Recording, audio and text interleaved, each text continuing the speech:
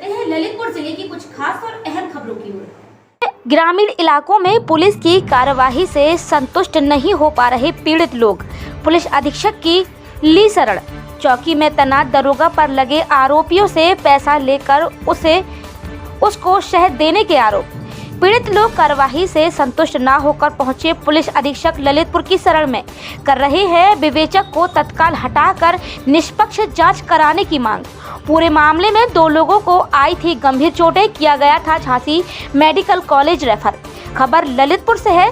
Police अधीक्षक कार्यालय पर ग्राम रामपुर बड़ाहार थाना तालबेट से कुछ पीड़ित लोग पुलिस अधीक्षक कार्यालय ललितपुर में न्याय की गुहार लगाने के लिए पहुंचे और बताया कि विगत दिनों पूर्व कुछ लोगों ने घर के बाहर बैठे लल्लू को अपना निशाना बनाया और लाठी डंडे कुल्हाड़ी से उसके साथ मारपीट की थी, जिससे कि लल्लू और सौरभ गंभीर रूप से घायल हो गए थे, जिन्हें तत्काल तालबेट सीएमसी से झांसी मेडिकल कॉलेज के लिए रेफर कर दिया गया था, जिनका उपचार अभी जारी है। वहीं घटना की सूचना तत्काल तालबेट पुलिस को दी गई। मौके पर पहुंची तालबेट पुलिस ने कार्रवाई तो कर दी, लेकिन पीड़ित लोग कार्रवाई से संतुष्ट नहीं हैं। पूरे मामले की विवेचना कर रहे दरोगा ओमकार पर गंभीर आरोप लग रहे हैं विपक्षियों से पैसे लेकर उन्हें खुले में छोड़ देने के। वहीं पीड़ित ने आरोप लगाया है कि आरोपी दबंग किस्म के व्यक्ति है और किसी भी बड़ी घटना को अंजाम दे सकता है। वहीं पीड़ित लोगों ने विवेचक ओमकार को तत्काल हटाने की मांग भी की है और दूसरे विवेचक से निष्पक्ष जांच कराकर उचित धाराओं में मामला दर्ज कराने की गुहार लगाई है।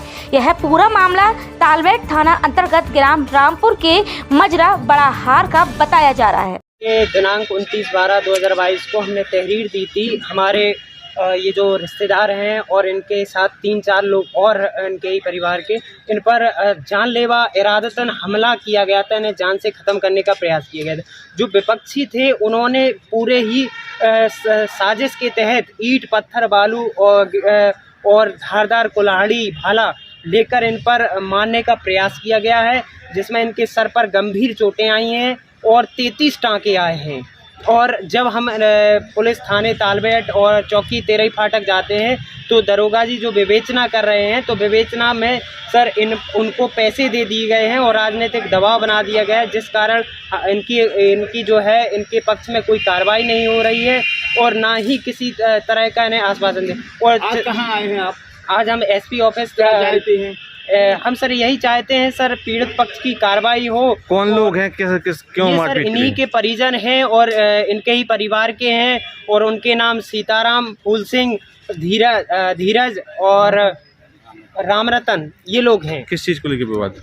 ये जमीनी विवाद है सर। विपक्षी इनके कुएं पर कब्जा कर चुके हैं जी। आज जिले में एक और मानवता देखने को मिली जब 2 युवक एक 6 साल की मासूम बच्ची को लेकर जिला चिकित्सालय पहुंच गए। वह बच्चा नीरज कुशवाहा नेहरू नगर निवासी का बताया जा रहा था। अपने घर से काफी दूर मोहल्ला चंडी मंदिर के पास सड़क किनारे घायल अवस्था में पड़ा हुआ मिला था। गनीमत रही कि उस बच्चे को अपने माता पिता का फोन नंबर भी याद था और नाम भी याद था। उसने फोन पर समाज सेवियों द्वारा फोन लगाकर उसके माता पिता को घटना की सूचना दी और उसके माता पिता जिला चिकित्सालय पहुंच गए। अपने बच्चे को सुरक्षित पाकर माँ बाप की खुशी के आंसू निकल पड़े और उन्होंने अपने बच्चे से पूरा घटनाक्रम पूछा।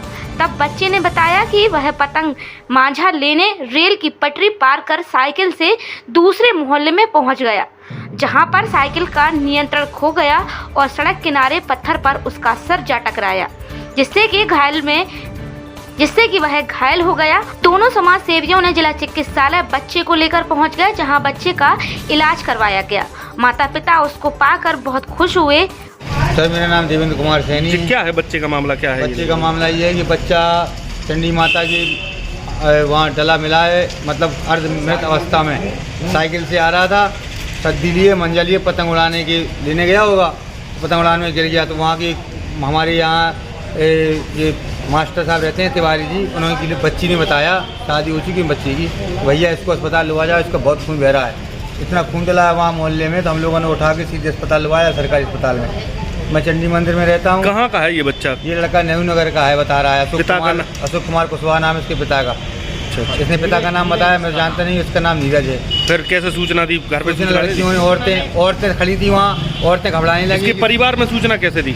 परिवार सूचना सर किसी पत्रकार माध्यम के द्वारा सरकारी अस्पताल में लिया है, जो पत्रकार जी आपने यहाँ उनके नंबर दिए बच्चे ने, उनके उसको आप लोगों ने बहुत मदद की सर, बहुत मदद की सर। पत्रकार माध्यम से फोन लगाया पिताजी तुरंत ट्रीटमेंट हुआ आपके द्वारा सर, और आप लोगों ने बच्चे को बचा लिया, बहुत बड़ी बात।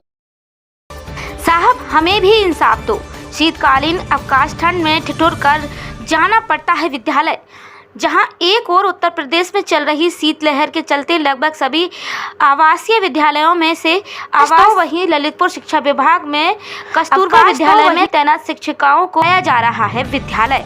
कस्तूरबा बालिका ललितपुर के सभी ब्लॉक के शिक्षकों ने जिलाधिकारी की शरण ली और अपना दुखड़ा सुनाया। उत्तर प्रदेश में चल रही शीतलहर में जहां उत्तर प्रदेश भर के ज्यादातर कस्तूरबा विद्यालय को बंद कर रखा है, तो वहीं ललितपुर जिले के कस्तूरबा विद्यालयों में विद्यार्थियों की छुट्टी है और शिक्षकों को बराबर बुलाया जा रहा है।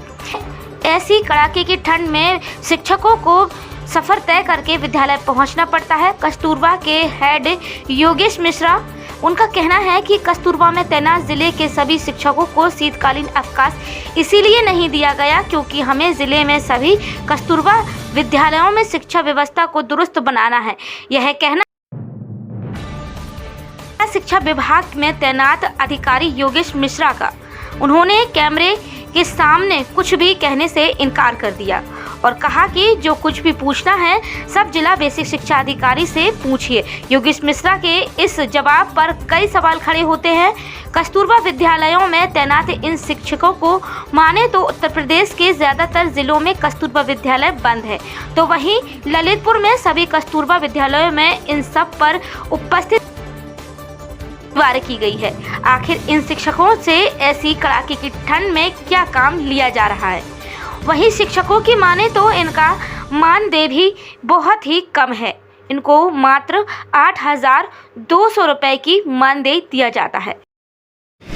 योगेंद्र कुमार आर, कहाँ से आए? अंशकालिक शिक्षक, कस्तूरबा गांधी आवासीय विद्यालय गोना मड़ौरा। क्या समस्या लेकर आए? समस्या ये है सब कि प्रदेश में सभी विद्यालयों की छुट्टी हो चुकी है, अपने मंडल में भी सभी विद्यालयों की छुट्टी हो चुकी है। कस्तूरबा गांधी में ललितपुर ज़िले में ऐसा हुआ है कि बच्चों की छुट्टी कर दी गई लेकिन स्टाफगढ़ की छुट्टी नहीं की गई। तो हम लोग अंशकालिक शिक्षक हैं, हमारा कार्य बच्चों को शिक्षा देना, पढ़ाना है। अब बच्चे ही नहीं हैं तो हम किसको पढ़ाएंगे? और हमारा अल्प मानदेय है 8,200 के आसपास। तो इतने में 200 किलोमीटर से हम लोग यात्रा कर रहे हैं सर, 200 रुपये हमारा किराया लग जाता है और यहाँ आके हमारा वेतन भी नहीं बनता। आज की स्थिति भी ऐसी है कि हम लोग जाते हैं लेकिन वेतन नहीं बनता है। हम लोगों की सैलरियाँ 8,000 में से निकल के 2,000 रह जाती है। किस कारण से हमारा ऐसा किया जा रहा है? और जो छुट्टी है, छुट्टी के लिए जो सभी जगह दी गई है वो हमको मिल जाए, बस इतनी सी प्रार्थना। वेतन में कटौती के संबंध में अपने अधिकारी को आपने बताया था? सर वहाँ चूँकि शासन आदेश के अनुसार तो फ़ोटो डिजिटल ली जाती है। अब जैसे हम लोग झांसी से आ रहे हैं, दूर से आ रहे हैं, तो आते आते लेट हो जाते हैं। 9 बजे पोर्टल बंद हो जाता है, 9 बजे, अभी 10 बजे कर दिया है। तो हमारी अगर हाजिरी नहीं पड़ पाएगी वहाँ तक जाने के बाद भी तो वेतन नहीं बनाया जाएगा, किराया हमारी जेब से लगता है। क्या चाहते हैं सर? हम ये चाहते हैं पहले तो हमारा ये अवकाश हो जाए, फिर हमारी जो और मांगे हैं, जो जेन्युइन जायज़ मांगे हैं, उनका निस्तारण किया जाए सर। चलिए, मैं आपका किस बात को लेकर आज जो है जिलाधिकारी के यहाँ आए हैं? सर मेरा नाम नीता सिंह है, मैं एक अंशकालिक शिक्षिका हूँ कस्तूरबा गांधी बालिका आवासीय विद्यालय में। एक्चुअली क्या है, प्रदेश के सारे कस्तूरबा गांधी बालिका आवासीय विद्यालय बंद है, इसमें शिक्षकों का भी अवकाश है, लेकिन ललितपुर डिस्ट्रिक्ट में शिक्षकों का भी अवकाश नहीं है और हम लोग को पर डे विद्यालय जाना पड़ रहा है। बहुत अल्प मानदेय है, मात्र 8,200 रुपये, उसमें 100 रुपये पर डे किराया लग जाता। और जब बच्चे ही नहीं हैं तो फिर हम विद्यालय किस लिए जा रहे हैं? छात्राएं होती, हमारा शैक्षिक कार्य चल रहा होता तो विद्यालय जाना उचित है। अब जब शैक्षिक कार्य ही नहीं है तो विद्यालय जाने का क्या है? विद्यालय में कार्यरत रसोइयों को भी बुलाया जा रहा है, सुना है कि जी, उनका मानदेय भी 4-5 हज़ार रुपये है। जी, उनको भी प्रतिदिन बुलाया जा रहा है। और अब आप बताइए कि वो 5,000 रुपये में रोज़ 100 रुपये किराया दे देंगे तो फिर घर कैसे चलाएंगे? 1 जनवरी से 15-14 जनवरी तक जो है शीतकालीन अवकाश लगातार लगा हुआ है। जी। और उस प्रकरण में आवासीय विद्यालय लगातार खुल रहे हैं। जी, आवासीय विद्यालय लगातार खुल रहे हैं, जिसमें बच्चों की छुट्टी भी 3-4 दिन के बाद हुई और शिक्षकों का अवकाश तो अभी तक नहीं हुआ है और प्रतिदिन हम लोग को जाना हो रहा है। क्या कार्य लिया जा रहा है वैसे आपसे अभी? छुट्टियों के अभी तक टाइम? फिलहाल में हम लोगों का कोई कार्य नहीं है शैक्षिक कार्य के अलावा। तो छात्राओं को पढ़ाने का है, लेकिन छात्राएं नहीं है तो जाती हैं, बैठती हैं, अगर वार्डन महोदया कोई कार्य बता देती हैं तो कर लेते हैं, लेकिन वैसे लगभग हमारे सारे कार्य कंप्लीट हैं, रजिस्टर वगैरह मेंटेन है, तो हम लोगों का कोई ऐसा कार्य नहीं है फिलहाल। क्या मांग करती हैं? बस यही है कि जैसे सारे कस्तूरबा अन्य जिलों के कस्तूरबा बंद हैं, उसी तरह हम लोग के ज़िले के कस्तूरबा भी अगर शिक्षकों के लिए बंद हो जाएं 14 तारीख तक, और पुनः जैसे 15 तारीख 16 तारीख में खुल रहे बच्चों के साथ, हम लोग को भी अन्य जिलों में क्या शिक्षक नहीं बुलाए जा रहे? नहीं, अन्य जिलों में शिक्षक नहीं बुलाए जा रहे, क्योंकि जो हम लोगों ने ज्ञापन दिया है उसमें कई लेटर भी लगाए हुए हैं, इसमें स्पष्ट है, उन लेटरों को देख के स्पष्ट है कि अवकाश है शिक्षकों का भी। नशे में धुत शराबी ललितपुर शहर घंटा घर से स्टेशन को जाने वाले मुख्य सड़क पर बीच में बैठ गया और जमकर हंगामा काटा। हाथ जोड़कर नमस्कार करता रहा शराबी और ट्रैफिक में बाधा बना रहा, तो वहीं इसके सामने ही देसी एवं इंग्लिश की कल्हारी भी मौजूद है। यह पूरा मामला ललितपुर के सदर कोतवाली अंतर्गत मेन रोड स्टेशन घंटा घर के बीच पुराना बस स्टैंड नजाई बाजार के पास का है। कई लोगों ने शराबी को यहां से हटाने की भी कोशिश की, लेकिन यह शराबी नशे में इस कदर से धुत था कि यह बार बार आकर बीच सड़क पर बैठा रहा और आते जाते लोगों को नमस्कार करता रहा। यह तो गनीमत रही कि इस सड़क से कोई भी जोड़ीदार शराबी कोई भाई वाहन लेकर नहीं निकला, अन्यथा कोई भी अप्रिय घटना घट सकती थी। अभी बस खबरों में इतना ही। ललितपुर की कुछ ताजा तरीन खबरें लेकर हम आपके साथ फिर हाजिर होंगे। तब तक के लिए नमस्कार। ललितपुर से इमरान मंसूरी की कुछ खास खबरें।